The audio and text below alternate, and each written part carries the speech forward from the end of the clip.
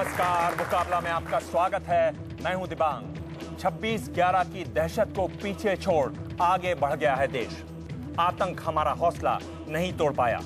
26 नवंबर की रात देश भर में यही जज्बा दिखाई दिया, लेकिन इस जज्बे के अलावा हकीकत और भी है। पाकिस्तान का आतंकवादियों का बचाव जारी है, सीमा पर आतंकी घुसपैठ जारी है, पुलिस का ढीला रवैया जारी है, सुरक्षा के मामले पर सरकार की टालमटोल जारी है। तो यही है आज मुकाबला में बहस का मुद्दा। 26/11 क्या अब हम ज्यादा सुरक्षित हैं? आप अपनी राय एमयू के लेकर 56388 पर एसएमएस करें। जवाब के साथ अपने शहर का नाम जरूर लिखें। आप चाहें सीधे मुझसे सवाल कर सकते हैं। लॉग ऑन करें ndtvkhabar.com/मुकाबला पर। और मुकाबला में हिस्सा लेने के लिए सबसे पहले चलेंगे कांग्रेस के सांसद और राष्ट्रीय प्रवक्ता अभिषेक मनु सिंघवी के पास। हमारे दूसरे खास मेहमान पुणे से बीजेपी के सांसद और राष्ट्रीय प्रवक्ता प्रकाश जावड़ेकर, और मुंबई से पूर्व आईपीएस अधिकारी वाईपी सिंह। और स्टूडियो में हमारे साथ 3 खास मेहमान। सबसे पहले मिलिए विदेशी मामलों के जानकार जी पार्थसारथी। हमारे दूसरे खास मेहमान पूर्व लेफ्टिनेंट जनरल शंकर प्रसाद, और रक्षा मामलों के जानकार मेजर जनरल अफसर करीम। मुकाबला में कुल मिलाकर 4 मुकाबला में बहस। क्या हम पहले से ज्यादा सुरक्षित हैं? आप भी अपनी राय एमयू के लेकर 56388 पर एसएमएस करें। मुकाबला की शुरुआत करेंगे अभिषेक मनु सिंघवी। सिंघवी साहब, सीधा सवाल, आपको क्यों लगता है कि हम पहले से ज्यादा सुरक्षित हैं? ये एक ऐसा मामला है दिबांग जिसमें हमेशा सुधार का स्कोप है, होना चाहिए। हम कभी पूरी तरह से उस सीमा तक पहुंच गए हो जहां हम सुरक्षित हो, ऐसी बात नहीं हो सकती।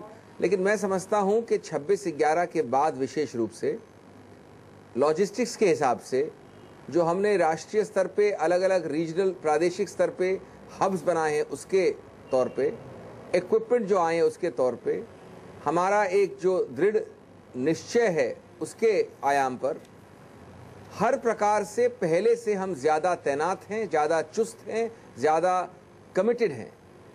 साथ साथ खुदा न करे कभी ऐसा कुछ हो कि कोई दुर्भाग्यपूर्ण घटना हो भविष्य में, तो हम ये गारंटी नहीं कर सकते कि घटना नहीं होगी, लेकिन निश्चित रूप से घटना के बाद ऐसा मुंहतोड़ जवाब देंगे, इतनी जल्दी हमारी रिस्पांस का तरीका और समय होगा कि मैं समझता हूं कि हमें कुछ अधिक सुरक्षित महसूस करने का हक है।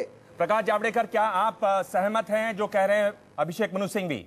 मेरा सीधी बात है, अमेरिका के पूर्व राष्ट्रपति बुश उनके यहाँ 9/11 के हमले के 7 साल बाद जैसे खड़े होकर पेंटागन के सामने कह गए कि 7 साल के इतने दिन उन्होंने गिनाए और इन दिनों में हमारे यहाँ हमला नहीं हुआ, ऐसा आज नहीं होगा और नहीं हुआ ऐसा हम नहीं कह सकते।